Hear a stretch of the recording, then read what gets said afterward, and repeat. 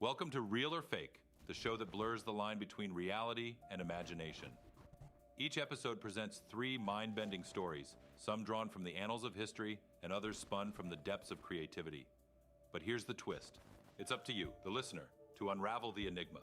Can you discern which tales are rooted in fact and which ones are expertly crafted works of fiction? Real or Fake will challenge your perception of reality. I gotta share this crazy story from when I was just a newbie cop. It was one of those nights that you hear about in the movies, all dark and eerie. I was fresh out of the academy, all pumped up to start serving and protecting, you know? My partner, let's call him Dave. He's this grizzled old-timer who's been on the force forever. We got a call one night. Some folks said they saw a car drive off the road and thought they needed help. We hauled ourselves over there, sirens blaring and all that. But when we arrived, there was nothing, no car crash, nothing at all. We scratched our heads, thinking maybe those folks were just seeing things or messing with us. Dave, he's the kind of guy who doesn't give up easily. He said, "Let's search the area, just in case." We start scouring the area one step at a time, and then, out of nowhere, we find it. A car, half swallowed by the underbrush, like nature was trying to hide a secret. It's eerie, let me tell you. But that's not even the weirdest part. Next to the car, there's a figure just laying there, and then we realize it's the driver, or what's left of him. It hits us like a ton of bricks. This guy's been gone for months, reported missing by his own brother. Now, I can't wrap my head around it. How did those people see a crash that happened ages ago? What was it that made him call it in? I know I'm not great at putting this into words, but believe me, it's a story that'll stick with me forever. It's like something out of a twisted thriller, playing tricks on our minds. Stay safe out there, folks. And if you ever stumble onto a mystery like this, trust your gut. You might just uncover something you never expected. So, do you believe that this story is real or fake?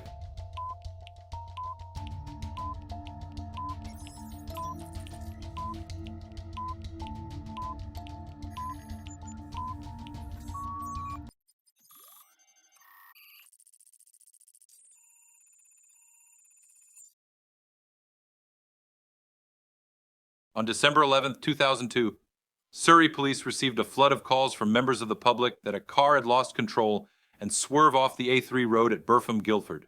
Police arrived at the scene to find no evidence of a newly crashed vehicle until they looked 20 meters further down the road.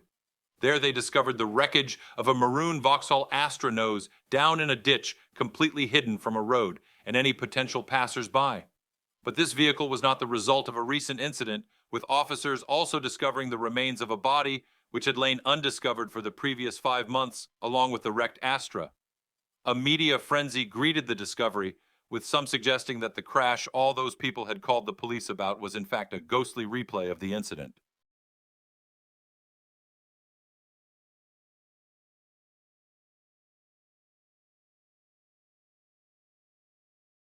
I got this wild story that happened to me at the nursing home where I work. I'm a nurse, by the way. And this is all real stuff, I swear. No ghosts or spooky things. Just a crazy tale about a cat with, well, special powers. So I got this new job at this nursing home, right? It's a cozy little place. And they got this cat that just kind of wanders around. The other nurses, they told me this cat's got some kind of special abilities. But I never really asked what they meant. Figured it was just some nursing home myth or something. Now let me introduce you to Helen. She was one of the residents there, a sweet old lady. We got along real well, me and her. Every time I'd come in for my shift, I'd stop by her room, and we'd have a little chat. She had these stories, man, I tell ya. Stories about her life that just blew my mind. But here's where things started to get real crazy. One day, I walked into Helen's room, and she was there, sitting on her bed, petting that cat. I said hi to her like usual, and told her I'd see her tomorrow. But you know what she said? She looked at me with this kinda sad smile and told me, "It was a real pleasure meeting you." Now, you might be thinking, what's so strange about that? Well, here's the kicker. The very next day when I came into work, my coworkers told me that Helen had passed away, and they were all like, "The cat was right again?" I couldn't believe it. I asked them what they meant by that, and they told me that this cat had some kind of powers, like it could predict when people were gonna die. I was floored, y'all. I mean, I didn't know what to make of it. It was like something out of a movie or a book, but this was real life, and I was right in the middle of it. So there you have it, my crazy nursing home story. I don't know if I believe in all this cat predicting death stuff, but I can tell you one thing for sure, it sure left me speechless. Life is full of mysteries, ain't it? So, do you believe that this story is real or fake?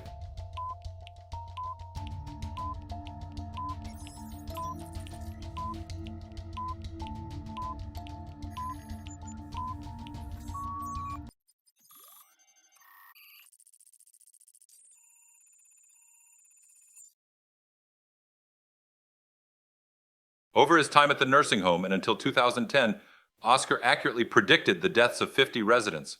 Oscar's delivery of bad news became so reliable that care workers at the nursing home would call family members to a resident's side to say their farewells if Oscar had visited that resident. Oscar appeared able to predict the impending death of terminally ill patients by choosing to nap next to them a few hours before they died. Hypotheses for this ability include that Oscar was picking up on the lack of movement in such patients, or that he could smell biochemicals released by dying cells. Oscar's abilities were also the subject of Dr. Dosa's 2010 book, Making Rounds with Oscar, The Extraordinary Gift of an Ordinary Cat. Oscar died at the age of 17 on February 22, 2022, after a brief illness.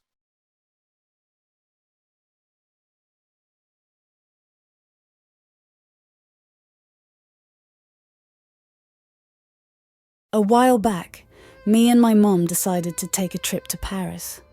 My mom was pretty sick, and the doctor said she needed a lot of rest. But little did I know, this trip would turn into something I'd never forget. We checked into this cozy little hotel, nothing fancy, just a place to lay our heads. Mom was feeling pretty weak, so she decided to take a nap as soon as we got there. I thought it'd be a good idea to grab some medicine for her, to help her feel better. I didn't want her to suffer while we were on vacation. I took off in a hurry, but the thing was, I didn't really know the area. Paris can be a maze, especially for a newbie like me.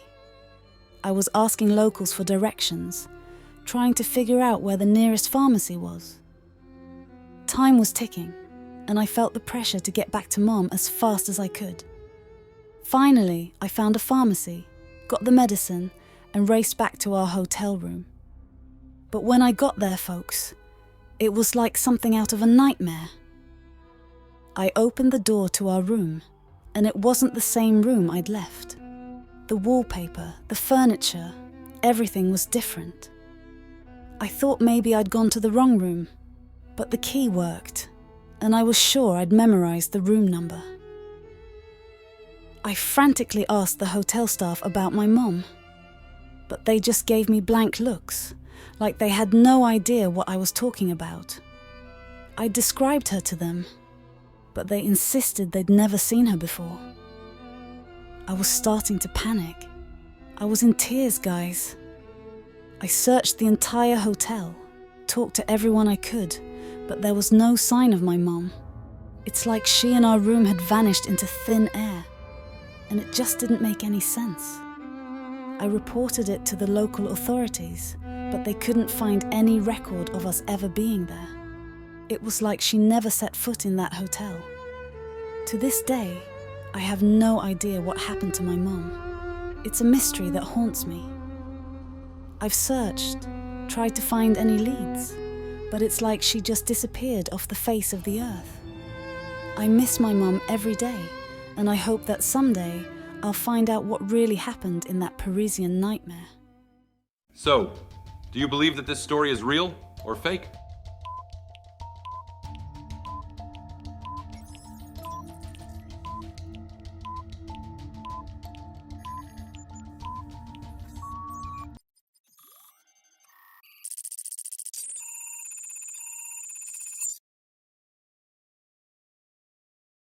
The Vanishing Hotel Room, also known as the Vanishing Lady, is an urban legend which claims that during an international exposition in Paris, a daughter left her mother in a hotel room, and when she came back, her mother was gone, and the hotel staff claimed to have no knowledge of the missing woman. According to the Quote Investigator website and Bonnie Taylor Blake, The author of the earliest known instance of the legend was Nancy Vincent McClelland, who wrote a version in an article titled A Mystery of the Paris Exposition in the Philadelphia Inquirer, dated November 14th, 1897. In this version, at the end, the daughter is told the truth by a French policeman about her mother's death from disease. Well, there you have it. How did you do? Make sure you leave your score in the comment section. And before you leave, remember this. There's a thin line between fact and fiction. And if you're not careful, you wouldn't be able to tell the difference between real and fake.